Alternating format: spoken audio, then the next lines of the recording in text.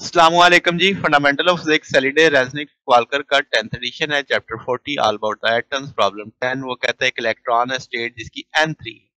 हमसे number of possible values l की पूछ रहा है, number of possible value ml की पूछ रहा है, number of possible value ms की पूछ रहा है, नंबर ऑफ स्टेट्स पूछ रहा है n3 शेल की, नंबर ऑफ सब शेल पूछ रहा है n3।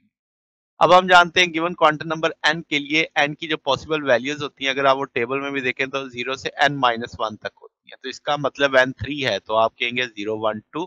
तो ये तीन पॉसिबल वैल्यूज होंगी। फिर वो अगली चीज हमसे मांग रहा है number possible value of ml। अगर हमें l पता हो तो हम कह सकते हैं मैग्नेटिक क्वांटम नंबर -l से पॉजिटिव l होता है, यानी 2l+1 वैल्यूज होती हैं। तो अब हम जानते हैं कि भाई इसमें आपके पास l की वैल्यू हम रख लेंगे 2, क्योंकि मैक्सिमम वही वैल्यू आ जाएगी आपके पास। तो 2 इंटू 2+1, तो ये आपके पास 5 वैल्यूज आ जाएंगी ml की।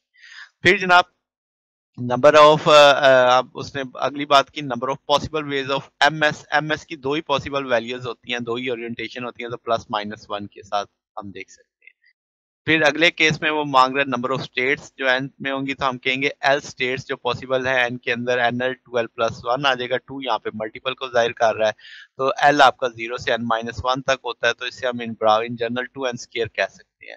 तो अब आपके पास n की वैल्यू 3 थी, तो 18 स्टेट्स पॉसिबल होंगी आपके पास इस सारे सिनेरियो में। फिर आपके पास जो कह रहा है कि नंबर ऑफ सब शेल बताओ n3 में, तो हम कहेंगे कि हर शेल का जितना उसकी l की वैल्यू है, यानी own value of subshell जितना होता है। तो मसला के तौर पे 3 वैल्यू है l की n3 के लिए, तो हम कहेंगे 3 सब शेल होंगे n3 में, यानी जितना आपके पास n है उतने ही आपने सब शेल उसके डिफाइन करवा देने। तो ये हमारे पास सोल्यूशन है। अगर आपको इसमें कोई बात पूछनी हो, डाउट हो, नीचे कमेंट्स में पूछ सकते हैं। वीडियो अच्छी लगी हो तो वीडियो को लाइक कीजिएगा, दोस्तों के साथ शेयर कीजिएगा, चैनल को सब्सक्राइब कर दीजिएगा। अब तक के लिए इतना ही, बाकी इंशाल्लाह नेक्स्ट देखेंगे। ओके, अल्लाह हाफिज।